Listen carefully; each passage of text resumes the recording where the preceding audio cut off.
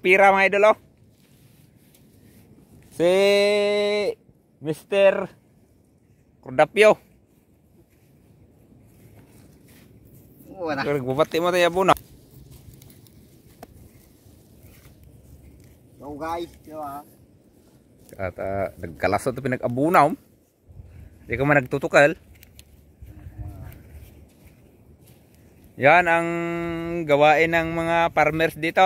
Tingnan nyo ang hirap ng kanilang ginagawa. Tapos ang mura lang ng bili ng mais nyo. Dapat aabot ng 50 isang kilo. Yan, hindi pa yan final.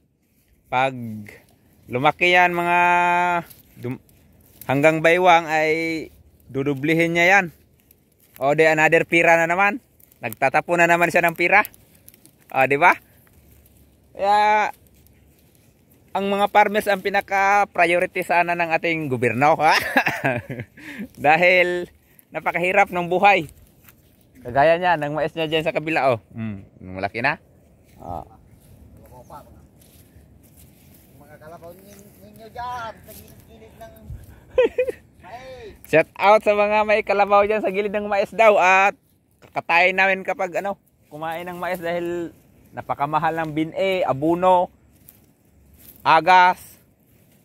Tapos nagwawaiwayan nyo lang. At saka yung bandog pa ng tao. Nagwawaiwayan nyo lang at makabulos pa yan.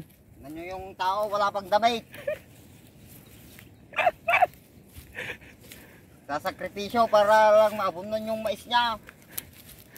Yung mais niya ay parang lasuna. Hindi kasi niya nabasalan. Kasi siyempre bagong taon kaya nagwawalwal muna siya. Bagong taon, bagong taon. Nakapil ka. Bagong taon, bagong buhay. Ada pa na ipiltak na kano.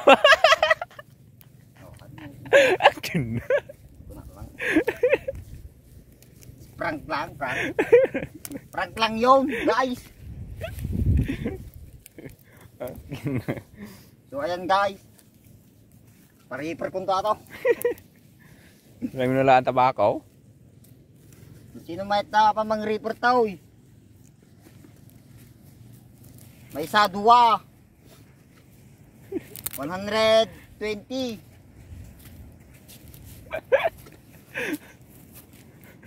Pantumis na ya. Sibuyas.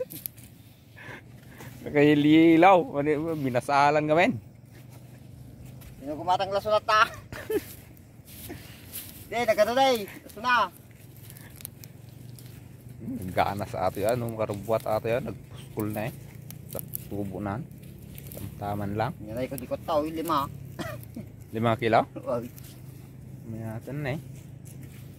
Taman na yun. Umpis sa katangan na.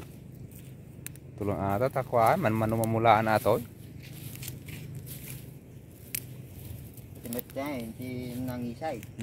Hindi nag-ugingan. Darakon. Nilugan na kumamot ka ninalpasan. Ugi arado na kapay. Pagirasam. Madi arado ka dyan yung kiseng. Tamula ako. Namawam? Awan. And guys, ang kanyang abono, labos. Nagan na. 10 kilo.